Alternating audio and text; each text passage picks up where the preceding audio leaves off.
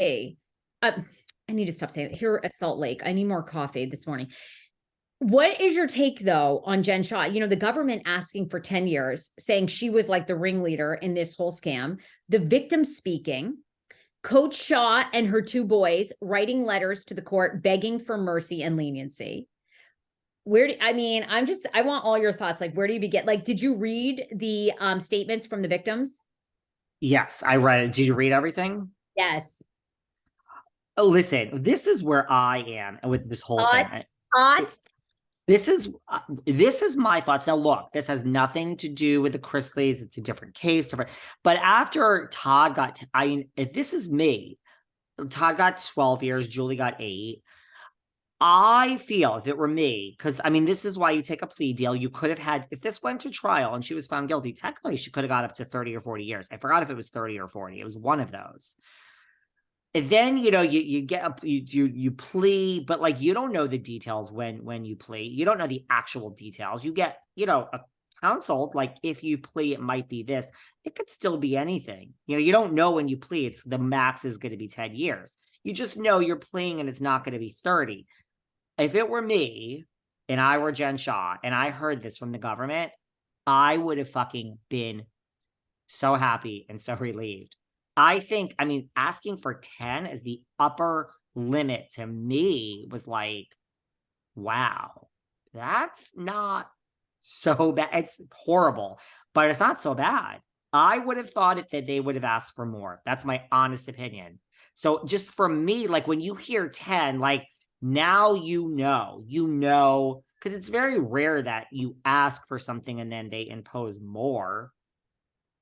Yeah. And I think what's interesting, right, is Todd Chrisley, they wanted 25 or 30 years the government did. He ended up getting 22, 20 years.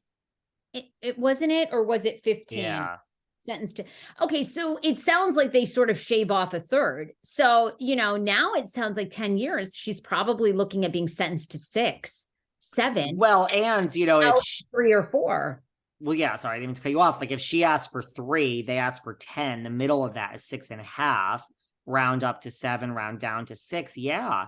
So, again, look, Kim D, because Kim and I just had a friend get out of jail. I've had a lot. I know people that have gone to jail. Come on.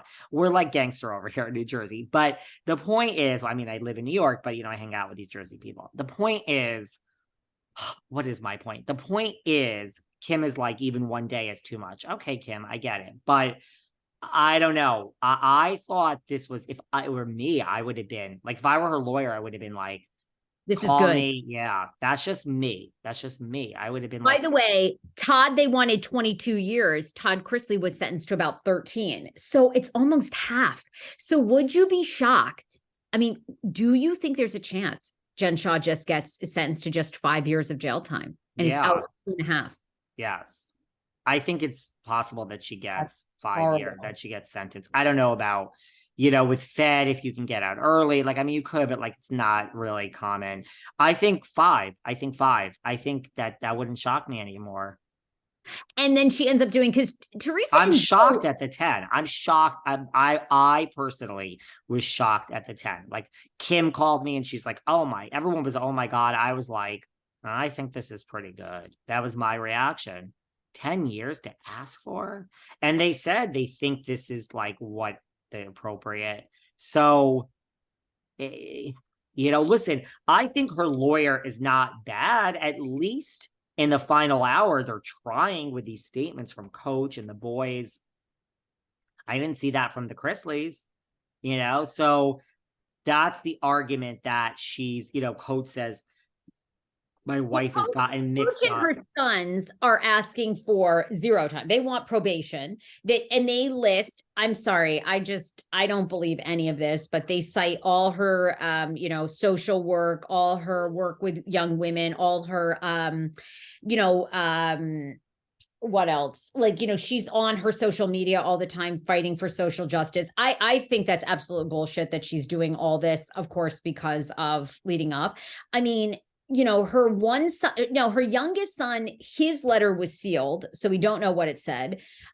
Exactly. Coach basically says she has no criminal history ever prior to this. She got mixed up with bad people and got lured in by the money. Her other son recognizes she did these wrong things, but she's a great mom. She's such an asset to society. I mean, what are they going to say? Yeah, to your point, I guess. I mean, the Chrisley kids testified, including Lindsay, the oldest one, who prior had worked with the FBI, to say how awful Todd and Julie were, and then, switched. That's how crazy I think. And it goes to show you how narcissistic and probably devious Todd really is.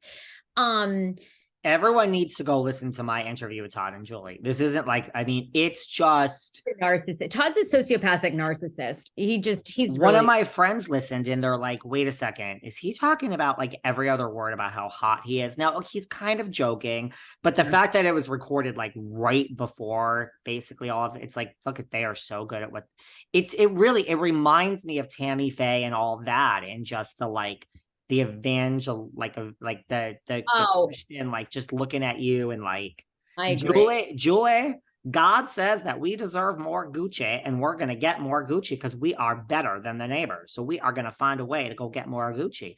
Okay, Todd, whatever you say.